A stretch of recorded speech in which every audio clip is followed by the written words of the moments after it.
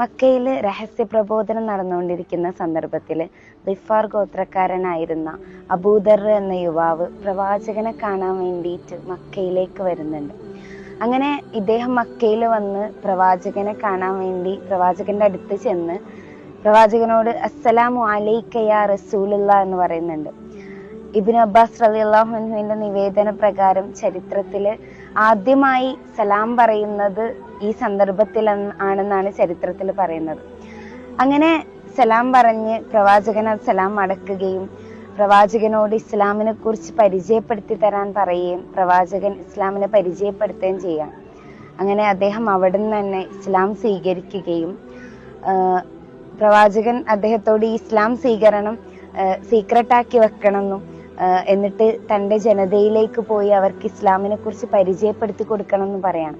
അപ്പൊ ഇദ്ദേഹം പറയാണ്, എന്തിനാ ഞാന് ആരെ ഭയപ്പെടേണ്ട ആവശ്യം, ഞാനിത് പ്രഖ്യാപിക്കാൻ പോവാണെന്ന് പറഞ്ഞിട്ട് കഅബയുടെ അടുത്ത് ചെന്ന് ഉറക്കെ പ്രഖ്യാപിക്കുകയാണ്. ആദ്യമായിട്ട് ഇസ്ലാം സ്വീകരണം പ്രഖ്യാപിക്കുകയാണ്. അള്ളാഹു അല്ലാതെ ഒരു ഇലാഹില്ലെന്നും മുഹമ്മദ് നബി സല്ലല്ലാഹു അലൈഹി വസല്ലം അദ്ദേഹത്തിന്റെ പ്രവാചകനാണെന്നും അദ്ദേഹം പ്രഖ്യാപിക്കുകയാണ്.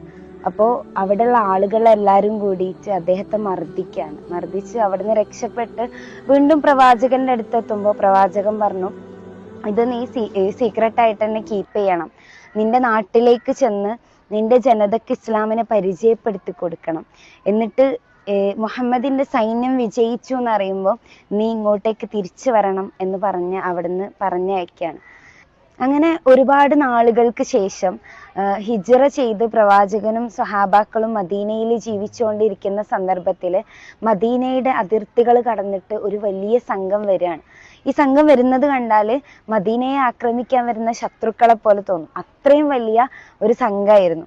അങ്ങനെ ഇവര് വന്ന് നേരെ പ്രവാചകന്റെ പള്ളിയിലേക്ക് കയറുകയാണ്. നോക്കുമ്പോൾ ഇത് അബൂദറുൽ ഗിഫാരി റളിയല്ലാഹു അൻഹുവിന്റെ നേതൃത്വത്തില് ഗിഫാർ ഗോത്രത്തിലെയും ബനു അസ്ലം ഗോത്രത്തിലെയും മുസ്ലിങ്ങളായിരുന്ന ആളുകളായിരുന്നു. കുട്ടികളും സ്ത്രീകളും മുതിർന്നവരൊക്കെ അടങ്ങുന്ന വലിയൊരു സംഘമാണ് ഇസ്ലാം സ്വീകരിച്ചുകൊണ്ട് മദീനയിൽ പ്രവാചകന്റെ പള്ളിയിലേക്ക് വന്നിട്ടുള്ളത്. ഇത് കാണുമ്പോൾ പ്രവാചകന് വലിയ സന്തോഷമാവാണ്, വലിയൊരു കൂട്ടം ഇസ്ലാമിലേക്ക് വന്നത് കാണുമ്പോൾ. ഇതൊന്ന് നമുക്ക് മനസ്സിലാക്കിയെടുക്കാവുന്ന ഒരു സംഗതി. ചരിത്രം പരിശോധിച്ച് നോക്കുകയാണെങ്കിൽ ആക്രമിക്കുകയും കൊള്ളയടിക്കുകയും ഒക്കെ ചെയ്ത് ജീവിച്ചിരുന്ന ഒരു ഗോത്രമായിരുന്നു ഗിഫാർ ഗോത്രം.